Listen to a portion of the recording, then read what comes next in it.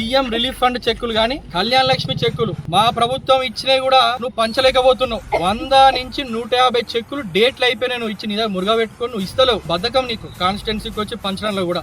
నిజం కాదా ఇది? 200 చెక్కులు డేట్లు అయిపోతే నువ్వు మళ్ళా దాన్ని రీడేట్ వేయించుకొని ఇచ్చినావు, అది కూడా డేట్లు అయిపోయినాయి. ఇప్పుడు ఎంత అవస్థ పడుతున్నారు నీ వల్ల ప్రజలు. నీ దగ్గరకు వచ్చి కళ్యాణ లక్ష్మి చెక్కులు దరఖాస్తు చేసుకుంటే మొన్న కేవలం జమ్మికుంట ఒక్క మండలంలోనే 40 చెక్కులు లాస్ట్ ఒక్క రోజు డేట్ ఉండంగా ఇచ్చినావు, అవును ఎక్స్పైర్ అయినాయి. నియోజకవర్గం మొత్తం చూసుకుంటే 120 చెక్కులు మళ్ళీ ఆర్డీఓ ఆఫీస్ కి దగ్గర మళ్ళీ రీవాలిడేషన్కి వచ్చినాయి. అంటే ఎందుకు ఇస్తలేవు ప్రజలందరూ ఒకసారి గమనించాలి.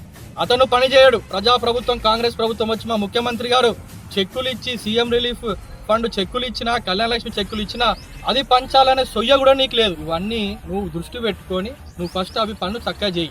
అప్పుడు నువ్వు పెద్ద మాటలు మాట్లాడు. గ్రౌండ్ నువ్వు వార్డు మెంబర్కి ఎక్కువ, ఎమ్మెల్యేకి తక్కువ. నువ్వు గుర్తుపెట్టుకో కౌశిక్ రెడ్డి, అర్థం.